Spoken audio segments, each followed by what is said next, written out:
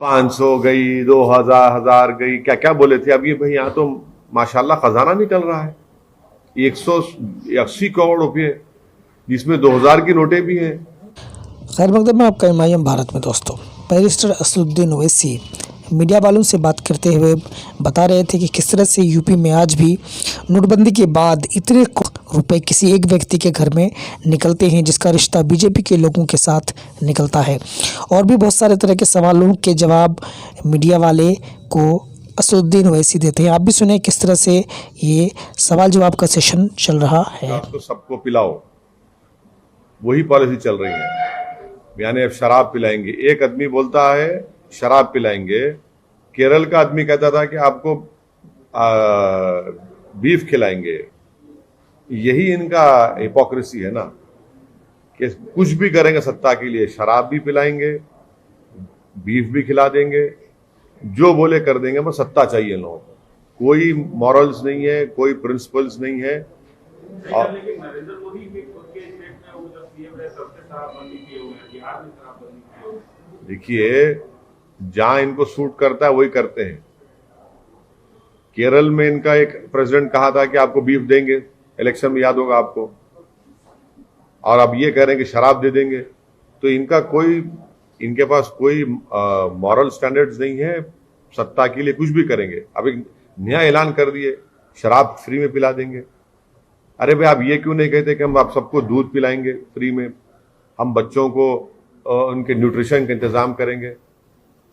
ये शराब से बड़ी मोहब्बत होगी बीजेपी वालों को, बहुत ज्यादा मोहब्बत नजर आ रही शराब से। ऐसा लग रहा है कि अंगूर की बेटी से निकाह कर चुके हैं लोग। सर, मालेगांव ब्लास्ट केस में योगी जी ने कहा कि जो हिंदू संगठन लोग हैं और हिंदू लोगों को टारगेट किया गया और कांग्रेस इसकी माफी। किसने कहा? योगी आदित्यनाथ। देखिए, बाबरी मस्जिद की शहादत डेमोलिशन हुआ, एक कन्विक्शन नहीं हुआ, मोदी सरकार अपील नहीं करती। मक्का मस्जिद में बॉम्ब ब्लास्ट हुआ, 7 लोग मारे गए, उसके खिलाफ अपील नहीं करती। समझौता ट्रेन ब्लास्ट हुआ, कौन किया नहीं मालूम, अपील नहीं करते। तो ना बाबरी मस्जिद किसने शहीद किया वो नहीं मालूम, ना मक्का मस्जिद का ब्लास्ट किसने किया किसी को नहीं मालूम, समझौता ब्लास्ट किसने किया नहीं मालूम। मालेगांव में 2006 में खबरस्तान में बॉम्ब ब्लास्ट हुआ, 48 लोगों की मौत हुई। 2008 में यहां पर बॉम्ब ब्लास्ट हुआ मालेगांव में, दोबारा 8 लोगों की मौत हुई। अब ये तमाम विटनेस अगर हॉस्टाइल हो रहे हैं तो इसका मतलब ये है कि ये केस खत्म हो जाएगा। फिर किसने किया मालेगांव 2006 किसमें किया, 48 लोग मर गए, उनकी फैमिली को कौन जवाब देगा। मालेगांव 2008 में 8 लोग मौत हुई, कौन किया। क्या साध्वी प्रज्ञा ठाकुर के नाम पे वो मोटरसाइकिल है नहीं है। मुंबई में 92 के ब्लास्ट में एक मारुति वैन थी, एक लेडी की, वो वैन के ऊपर उसको सजा हो गई, तो इस पर सजा नहीं हो सकती क्या। अब ये तो बताना पड़ेगा सरकार को। क्या ये सरकार मरने वालों जो मौतें हुई है उनको इंसाफ दिलाएगी नहीं दिलाएगी। आप तो खामोश बैठे हुए हैं। ये तो सरकार का काम है, सरकार तयखुन दे।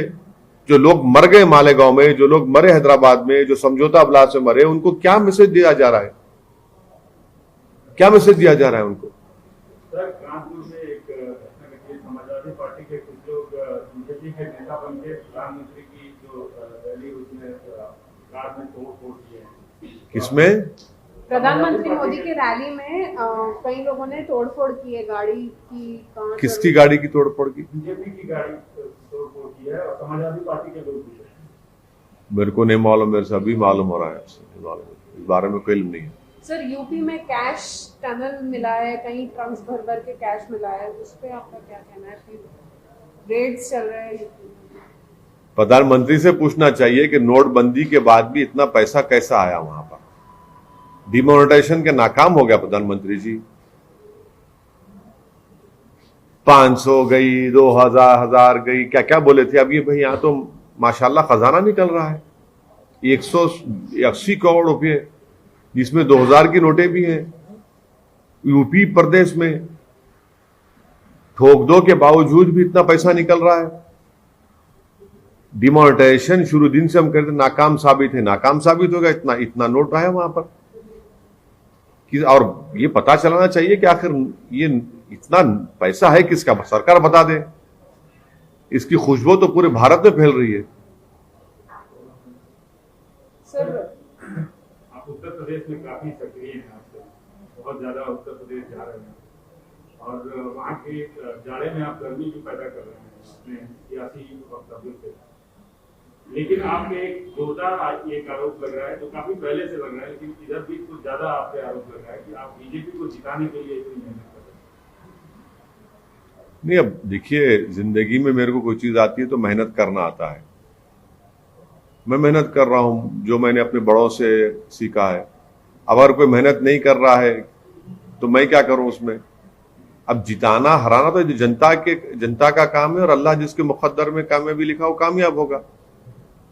अब हम क्या लोकसभा का चुनाव लड़े थे, फिर भी बीजेपी जीत गई, राहुल गांधी हार गए। 300 सीट पे बीजेपी आई, हम तो सिर्फ 3 पार्लियामेंट की सीट पर लड़े, और कहीं पर भी बीजेपी कामयाब नहीं हुई 3 पर हमारे लड़ने की वजह से। तो ये इल्जाम बेबुनियाद है। इल्जामात तो लगते रहेंगे, बड़े बड़े अंबियाओं पर, रसूलों पर, बुजुर्गों पर, औलिया अल्लाह पर इल्जाम लगे तो 100 दिनों से क्या है, मुझे कोई फर्क नहीं पड़ता। मैं अपना काम है मेहनत करना, अपनी पार्टी के लिए काम करूंगा, अपनी पार्टी के कैंडिडेट्स की कामयाबी के लिए काम करूंगा। और इलेक्शन जब लड़ा जाता है तो आप किसी को जिताने के लिए या खुद को हराने के लिए नहीं लड़ते इलेक्शन, अपने कैंडिडेट को जिताने के लिए इलेक्शन लड़ते हैं। हम मेहनत करेंगे, इल्जाम लगता है लगने दीजिए।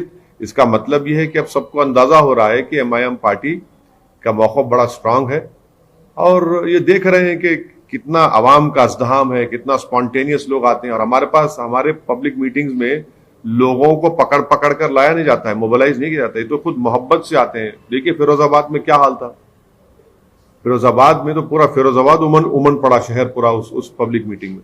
सर, हम ये जो कैश टनल की बात करते हैं, जो अभी रिसेंटली मिला है, तो बीजेपी कह रही है कि इसमें एसपी का हाथ है, मतलब एसपी पार्टी का हाथ है, पर एसपी वाले कह रहे हैं कि उनका कोई हाथ नहीं है। नहीं, चलिए किसका हाथ है नहीं है, मगर इतना पैसा एक आदमी के पास कैसे आया। तो डिमोनेटाइजेशन नाकाम साबित हुआ। प्रधानमंत्री से हम अपील करेंगे कि आप एक्सेप्ट कर लीजिए ऑन रिकॉर्ड कि मैंने डिमोनेटाइजेशन किया, जिसकी वजह से बिल्कुल नाकामी हुई, और डिमोनेटाइजेशन की वजह से सिर्फ गरीब पिट गया, स्मॉल स्केल इंडस्ट्रीज बर्बाद हो गई, हजारों की तादाद में नौकरी चले गई। अभी तक डिमोनेटाइजेशन का इफेक्ट गरीबों पर, नौजवानों पर, उनका बेरोजगारी मुकद्दर बन गया। मगर इस तरह के लोगों के पास तो आज भी नोट है और कल भी रहेगा। तो डिमोनेटाइजेशन नरेंद्र मोदी का जो ब्रेन चाइल्ड था वो सरासर नाकाम साबित हुआ है। सर, बिहार के चुनाव में आपका रिजल्ट तकरीबन 90% के आसपास। नहीं, 19 सीट लड़े थे, जिसमें से हम 5 सीट पर कामयाबी हासिल किए। 9 पर महागठबंधन जीते हमारे खिलाफ में, और 6 पर एनडीए ने कामयाबी हासिल की। कितनी सीटें उम्मीद कर रहे हैं? अब देखिए ना, मैं हथेली की लकीरों को देखकर बोलने वाला तो एक्सपर्ट नहीं हूं, ना मैं सेफोलॉजिस्ट हूं, ना सितारों को देखकर बोलने का इल्म है। हाँ, मेहनत करना मेरे हाथ में है, मेहनत हमारे पूरे पार्टी के लोग कर रहे हैं, और मुझे यकीन है कि इंशाअल्लाह ताला पहले से बनिस्बत एमआईएम का बेहतर परफॉर्मेंस होगा। और हमको उम्मीद है अल्लाह से और उत्तर प्रदेश की जनता से कि वो अपने दुआओं से, अपने वोटों से नवाज कर एमआईएम के उम्मीदवारों को कामयाब करेगा। कितने सीट सर? 100 सीट पर तो शौकत साहब प्रेसिडेंट ऐलान किए हमारे कि हम चुनाव लड़ने की तैयारी कर रहे हैं।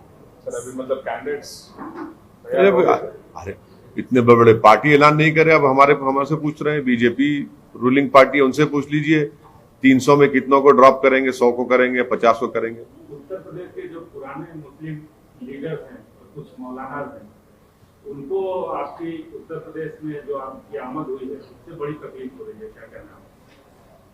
नहीं, मैं उनकी तमाम की इज्जत करता हूं, और उनको तकलीफ हो रही है तो मेरे पास उनकी तकलीफ की दवा है, वो मुझसे राब्ता कर लें, उनकी तकलीफ दूर हो जाएगी अगर मुझसे मुलाकात करेंगे। मगर उनको ये देखना है कि जयंत चौधरी के स्टेज पर 10 साल का जमीरुल्लाह एक एमएलए है, उसको आप धकेल देते हैं। कई ऐसे वीडियोस आ रहे कि बड़े बड़े मुस्लिम नेता हैं समाजवादी के, उनको पीछे बिठाया जाता है। ये क्यों हो रहा है? हम तो ये बोल रहे हैं कि हिस्सेदारी की लड़ाई एमआईएम पार्टी लड़ रही है। आप हिस्सेदारी की लड़ाई में आप शामिल हो जाइए, आप आगे बढ़िए, हम आपके पीछे काम करेंगे। आप बहुत आपने साथ दिया, आप देखिए कितने सम्मेलन, ब्राह्मण सम्मेलन हो रहा है, ठाकुर सम्मेलन होता है। अरे भाई, मुसलमानों की तो कोई अहमियत ही नहीं रही ना उत्तर प्रदेश में, उनकी वोट की वैल्यू की अहमियत नहीं रही। तो इसलिए हम इन तमाम बुजुर्गों से अपील कर रहे हैं कि इन नौजवानों की सरपरस्ती करिए बाप। ये जो नौजवान जो दौड़ रहा है, हिस्सेदारी की लड़ाई लड़ रहा है, आप उन नौजवानों की सरपरस्ती करिए, उनके लिए दुआ करिए, उनके लिए आशीर्वाद करिए, और यकीनन आपको जो तकलीफ हो रही है, मेरे पास उसका इलाज है, मेरे से मुलाकात करिए। सर, कांग्रेस मतलब सपोर्ट करना, योगी का स्टेटमेंट आपने देखा होगा, कांग्रेस सत्ता में है जब हिंदू संगठन के लोगों को टारगेट करके मालेगांव ब्लास्ट में फंसाना, और जब ऑपोजिशन में है विरोध करना, ये योगी जी का स्टेटमेंट था। इस पे आप देखिए, चाहे सुनिए, चाहे सत्ता क्या करना चाहिए? सुनिए, चाहे कांग्रेस पावर में रहो या बीजेपी पावर में रही है, मिसकैरेज ऑफ जस्टिस अगर किसी से हुआ है तो मुसलमान से, दलित से हुआ है, आदिवासियों से। इन दोनों पार्टियों ने किया है। तारीख है, हमारी हिस्ट्री है कि कितने जेलों में सड़ गए। यूएपीए का इस्तेमाल किस पर होता है, पोटा का इस्तेमाल किस पर हुआ, टाडा का इस्तेमाल किस पर हुआ, मुसलमान, दलित, आदिवासी पर हुआ, और तमाम मिसकैरेज जस्टिस है। कंप्लीट मिसकैरेज ऑफ जस्टिस अगर किसी से हो रहा है तो इन 3 कम्युनिटीज से हो रहा है। ये दोनों पार्टीज जो पावर में रहते हैं, इसमें कोई डिनाई नहीं कर सकता। 1.5 साल, 3-3 साल, 4-4 साल जेल में और बरी हो जाते हैं। क्या बीजेपी के 6.5 साल में उन्होंने इस्तेमाल नहीं किया? कानून को गलत इस्तेमाल किया, जेलों में डाल दिया, और 4 साल 5 साल के बाद बरी हो जाते हैं। कोई पूछने वाला नहीं है उनको, कोई सजा देने वाला नहीं है उन पुलिस ऑफिसर्स को। सर, क्या करना चाहिए सर, मतलब आप अभी क्या करना चाहिए, कैसा? कानून में तरमीम करिए कि जो कोई भी गलत तरीके से किसी पर झूठा केस डालेगा तो उस पर भी सजा होगी, उसको, ऑफिसर पर या जो भी प्रोसिक्यूशन करेगा। क्या बात है, आप बताइए, 5-5 साल, 6-6 साल आप जेल में रहेंगे, और जब निकलते हैं उसके बाद केस खत्म, कोई पूछने वाला नहीं है। एक लड़का 8-9 साल राजस्थान में जेल में था, जाकर अपनी अम्मा की खबर पर रोता है कि अम्मा तुम आज मेरे सामने नहीं है। क्या हो रहा है ये? तो मिसकैरेज ऑफ जस्टिस डेफिनेटली हो रहा है। और इसी तरह के कानून जब आप बनाएंगे तो कानून आप बना देते, बुक कर देते, और जेल में उनको डाल देते, सड़ा देते वहां पर, और 8-9 साल के बाद बरी होते। सर, कोविड केसेस जैसे हम देख रहे हैं बढ़ रहे हैं दिन ब दिन, और अब जो है वो प्रधानमंत्री नरेंद्र मोदी ने बूस्टर डोज भी अनाउंस कर दिया है। देखिए, प्रधानमंत्री जो है ना, वो बूस्टर छोड़िए, प्रधानमंत्री हमको ये बता दे कि मैंने पार्लियामेंट की स्पीच में ये कहा था कि हमारे हेल्थ वर्कर जो है फ्रंट लाइन, उनको कोविशील्ड या कोवैक्सीन का 2 डोज लेकर 7.5-8 महीने हो गए। अब ये कह रहे हैं कि प्रिकॉशनरी वैक्सीन। अरे भाई, उनकी इम्यूनिटी खत्म हो चुकी है। प्रधानमंत्री देश को बता दें, नंबर 1, कि उनको प्रिकॉशनरी वैक्सीन तो कोविशील्ड कोवैक्सीन नहीं लग सकता है, सब एक्सपर्ट्स ने कह दिया। तो क्या प्रधानमंत्री कोवोवैक्स या जेनोवा का mRNA वैक्सीन लगाएंगे, या बायो ई का ये जो भारत बायोटेक का जो नेजल देंगे? क्या देंगे? अभी आप तो इमरजेंसी यूज ऑथराइजेशन दे रहे हैं, और बड़े जनवरी 15 सबको लगा देंगे। कितना झूठ बोलेगी सरकार ये? जनवरी 15 से अगर आप लगाएंगे हेल्थ वर्कर्स को, और 60 साल की उम्र के जो बुजुर्ग हैं जिनको कोमोबिडिटी, कौन सा लगाएंगे सरकार, बताइए आप? इमरजेंसी यूज ऑथराइजेशन का मतलब क्या है? कि जिसको इमरजेंसी में यूज करेंगे। ये बता रहा है कि इस सरकार के पास प्रिकॉशनरी वैक्सीन या बूस्टर वैक्सीन की तैयारी नहीं है, कुछ तैयारी नहीं है, और देश को झूठ बोल के आंखों में धूल झोंक रहे हैं। ओ माइक्रॉन के लिए बूस्टर शॉट या प्रिकॉशनरी वैक्सीन जरूरी है। आप क्या देंगे? कोविशील्ड को वैक्सीन तो नहीं दे सकते ना आपको mRNA वैक्सीन देना पड़ेगा। इंग्लैंड, यूके ने सितंबर में ऑर्डर किया था, आपने 1500 करोड़ रुपए दिए किसको? कॉर्बोवैक्स को। कब देगा वो? कब देगा? जनवरी के एंड में देगा। आप कह रहे 15 जनवरी से सबको लगा देंगे, पूरे डॉक्टर्स को, फ्रंटलाइन वर्कर्स को, और आपके 60 साल के ऊपर जो है। आप कौन सा देंगे बताइए ना? और कितने आपके पास मेडिसिन है बताइए? वैक्सीन कितने आपके पास? कुछ नहीं है, कुछ तैयारी नहीं है आपके पास। सिर्फ अनाउंसमेंट जुमला हेडलाइन मैनेजमेंट है। बच्चों को भी 3 तारीख से अरे कौन सा लगाएंगे बच्चों को? आप तो इमरजेंसी ऑथराइजेशन का मतलब है कि इमरजेंसी में लगाएंगे। आप कौन सा कॉर्बोवैक्स लगाएंगे, कोवोवैक्स लगाएंगे, या फिर वो भारत बायोटेक का नेजल का ड्रॉप्स करें? कौन सा लगाएंगे? आपका कोई ब्लूप्रिंट ही नहीं है। आप तो सिर्फ अनाउंस कर दिए। ये तो सेकेंड वेव आने से पहले वैसे ही हुआ था, अब ऐसे ही कर रहे हैं लोग। हम तो समझे कि सेकेंड वेव में जो बर्बादी हुई, जो लाखों में लोग, भारत के लोग मारे गए थे, आप उसके लिए तैयार रहेंगे थर्ड वेव के लिए, मगर अभी भी आप वही गलती कर रहे हैं।